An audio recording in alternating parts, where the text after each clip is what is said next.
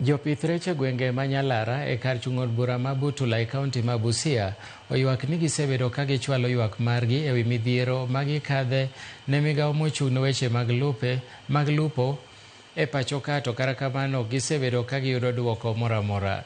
Kaluwore gi jopith rechgo, bedo ni onge kony kod puonj moro amora ma giyudo en achiel kuom gigo mathiro pith rech e gwenge ma Nyalara, mar ni gionge kod ng'eyo makare ewi chiemo mowinjore mi rechgo. Dwachgi maduong' en mondo mi piny owacho oket okenge ma bende nyalo konyo e duoko piny nengo mar chiemb rech kaka yor mar neno ni chiwo alwora makare mar timo ohala.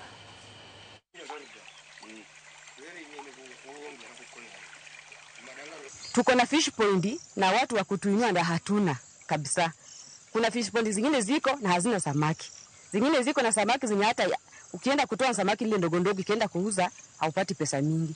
Kwa vile tukipata mtu wa kusaidia ila tuletea samaki kwa fish point, tutainuka sana. Hata tutasaidia jamii na watoto, tutajua venye tutajitegemea wenyewe. Wakubwa wetu ndio naona wako na makosa. Juu kama hangekuwa anakuja huku chini kutembelea kulima, wangetufaidisha. Leo kwa sababu hatujui venye tunaweza kuwapata.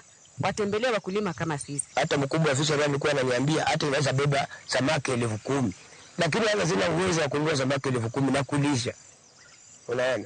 Ndio kwa sababu nataka nianzie kwa 5,000. Nikipata pesa nianzie kwa 5,000. Hiyo 5,000 jikakamua nilishe mwaka moja. Hiyo samaki lazima itakuwa inafika kilo 4 na nusu ama kilo 4. Na tuko wengi, sio mimi peke yangu. Lakini samaki wenye tuko nazo hatuna usaidizi.